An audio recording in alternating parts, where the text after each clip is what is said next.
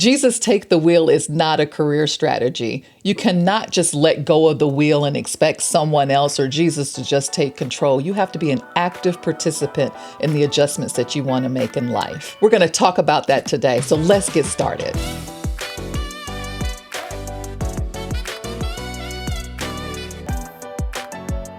So let me tell you a little bit about myself. So from a personal perspective, I've been married for 32 years to my wonderful husband, Tony.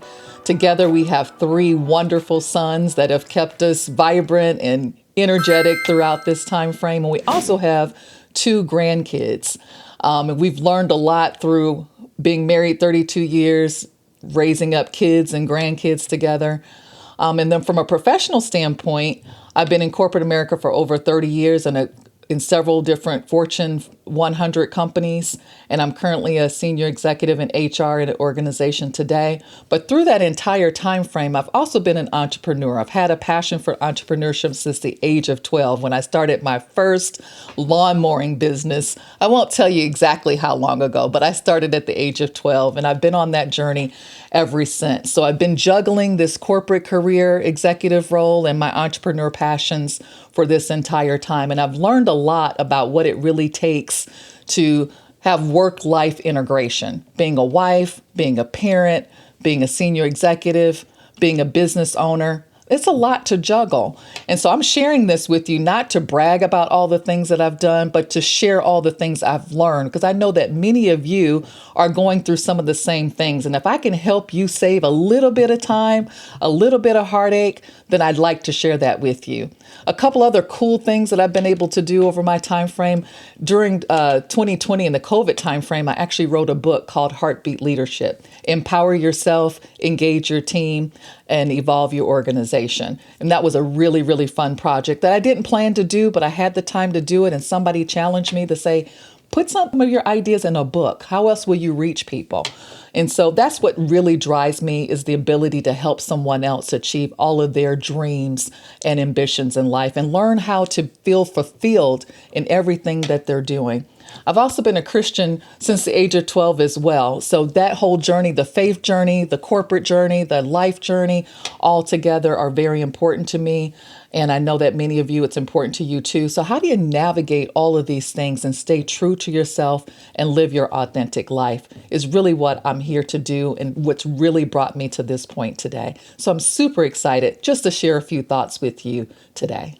So that's what we're going to talk about today. Taking control of your career, taking control of your life, and how do you take an active role in that and not just let things continue to happen and you become a passenger in your own life. So grab your pen and paper and let's get started. So point number 1, drift doesn't announce itself. What do I mean by drift? It's that slow process between being in the driver's seat of your life, being in the driver's seat of your career, to all of a sudden waking up literally one day and realizing I am a passenger now of my life and I'm a passenger of my career. And you might say, how does that happen? Again, it doesn't announce itself. It slowly happens. But when you hit that moment, it's an opportunity to say, what do I need to do to get back into the driver's seat? And that's where most people get stuck. Let me share a time that happened to me. I was in corporate America, doing extremely well, getting promotion after promotion, had my first opportunity to relocate to a new city and a new job. And my gut told me initially that I shouldn't take the job. Why? Because I was a new mom. I didn't have the same level of support in the new place. But because I'd been successful for like about 10 years, I got this. So I'm going to go do it anyway. So I made the move, I made the transition, but let me just say it was less than ideal. And the moment happened that my career, my family, my faith all collided at the same time. And I suddenly found myself moving from, or had moved from, the driver's seat to the passenger seat. And I was in a big dilemma. I was in a space where I didn't like the place that I was working anymore. The environment that I was in was not conducive to me being my best self. I was met with a lot of resistance in the workplace. I had a lot of mommy guilt because I was a new mom. I was spending so much time at work. My husband was traveling, so I didn't have the same support. And I kept beating myself up about, you shouldn't have taken this job. You shouldn't have moved your family. So that's going on in the background. My faith was challenged because all of a sudden I chose that I needed to figure out how to fix this. And I went about it on my own strength and not on my faith strength, which actually prolonged the situation that I was in. So I want to fast forward just a little bit on how did I move back from this passenger space back into the driver's seat. A couple key things that I had to do. Number one, my faith is extremely important to me, and I came to the realization that I was trying to do this in my own strength, in my own way. I hadn't sought the Lord's direction on what I should do. My dad said something to me very profound, and it stuck with me and it hit me like a rock. And he said, pride comes before the fall. But scripture says pride comes before destruction. And that just hit me like a rock.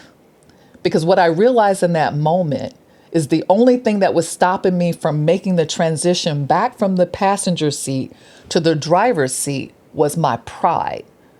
Because, see, I had been successful by the world standards, promotions, doing well, always driving results, to a space now where I wasn't thriving so much personally or professionally. So in order for me to move back from the passenger seat to the driver's seat, I had to admit that this wasn't working for me. I had to admit that I'm not performing at my best personally or professionally. And without me admitting that, I was never going to get back into the driver's seat. So that's the number one step that I took. I had to admit to myself, this is not working. And I also had to tell myself that I'm not a failure because it's not working. There's just a different dynamic going on here. It's a different environment that I don't thrive in. And so I need to change that. So I literally admitted that, not only to myself, but I went to my boss and said, this is not working for me right now. I'm a new mom, new to the area. My husband's traveling. I really need a different scenario. And I had to trust and lean in that God had everything under control. And I didn't need to worry about what job I was going to go to next, that would be revealed once I took the first step in admitting what I needed and taking my pride out of the picture.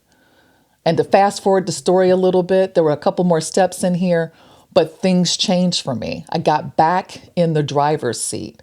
I went to a new role that was more conducive to my life that I wanted to live, that supported and allowed me to live through my faith and allowed me to support my family the way that I needed to support them. And I haven't looked back since.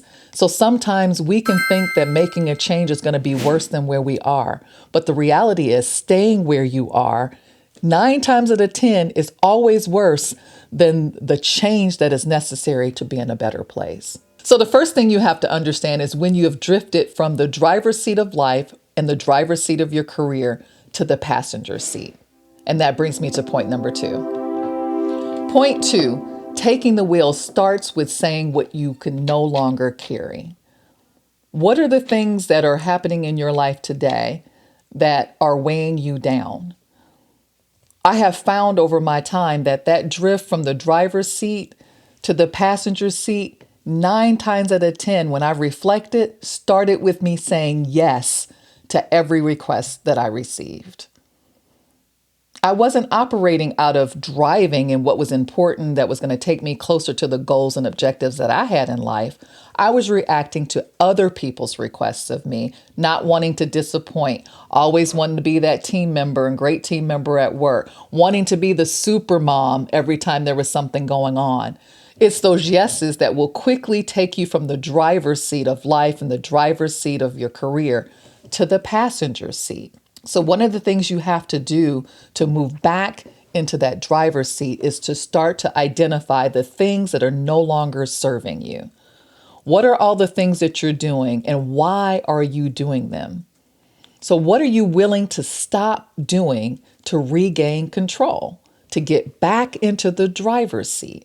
It could be asking for help in areas of the life that is a little bit overwhelming. As a mom and as a wife, are there things in the home that you could delegate to the kids? You could ask your husband for different support. You can get outside support to take some of that burden off of you feeling like you need to be super mom and super wife. On the job, could it be learning to say not now, or asking your boss, for example, which of these things are priority, because I've got a long list of things that you've asked me to do. Which one is priority? What are the things that I can take off my plate to enable me to do this thing that you're asking me for? Having different conversations. From a faith perspective, spending that quality time and that reflection and that time in the morning is what I found to be most impactful, and asking for guidance that particular day so that you don't continue to get yourself involved in things that you shouldn't get yourself involved in. But it starts with reflection and asking yourself the tough questions. That allows you to move back from that passenger seat back into the driver's seat. All right, so I have one thing I want you to do right here, right now, to move from the passenger seat back into the driver's seat. It first starts with admitting it. So I want you to repeat after me. I have drifted from the driver's seat to the passenger seat. Now, I know you're just looking at me like she can't be real. No, I'm real. I want you to repeat after me. I have drifted from the driver's seat to the passenger seat. Now, doesn't that feel so much better? Wasn't that freeing just to finally admit it? Because we can't change what we won't admit. We can't change what we won't confront. So it's very important that you do that. And I would say, let's do it just one more time. I have drifted from the driver's seat to the passenger seat. Now, step 2 that I want you to do right now.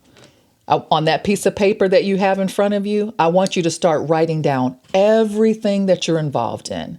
Think about every role you play as a wife, as a mother, as a parent, as a teammate at work, in your church, in your community. Write it all down. I'm going to call this the reflection stage. You have to reflect on everything that's going on in your life and reevaluate it. How is it serving you? How did you get here? Was this because you said a lot of yes instead of saying no to some things? Possible. The point is, write it all down. I think you're going to find this very freeing in itself to see on paper. The scripture always talks about make it plain. Right? Write it down so you can see it. There's a lot of psychology about writing things down and putting it on paper. So go ahead and do that. Point number 3, you're never going to get perfect conditions to move from the passenger seat back into the driver's seat. I'm sure you've said this to yourself, as I had many times. As soon as the kids get in school, then I will. As soon as I finish my degree, then I will. As soon as I get to this level in my career, then I will. As soon as the economy settles down, then I will. Soon as I pay off my debt and make a little bit more money, then I will get a coach or a mentor. See, you can't wait for all the lights in life to be green. You can't wait for all the conditions of life to be exactly the way you want them in order to make the change.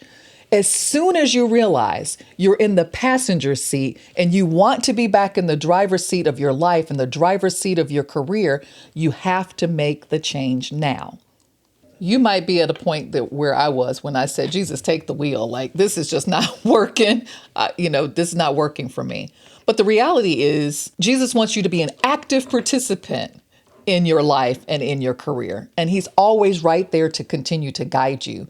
But he's not going to do it for you. You have to be an active participant. You have to take the step of faith to move in the next direction. And then he'll reveal the next thing for you.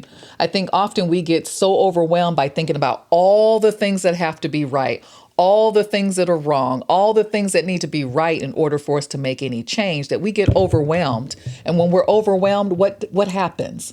We get paralyzed and we sit and then we do nothing. And we'll just say we're going to pray about it and wait for something to happen. That's not going to happen. So I want to challenge you today, not continue to wait on the perfect conditions. I want you to take action right here, right now. I need you to make a decision. A few minutes ago, you made a list of things, all the things that were going on in your life that you needed to just see on paper. I want you to pick one thing.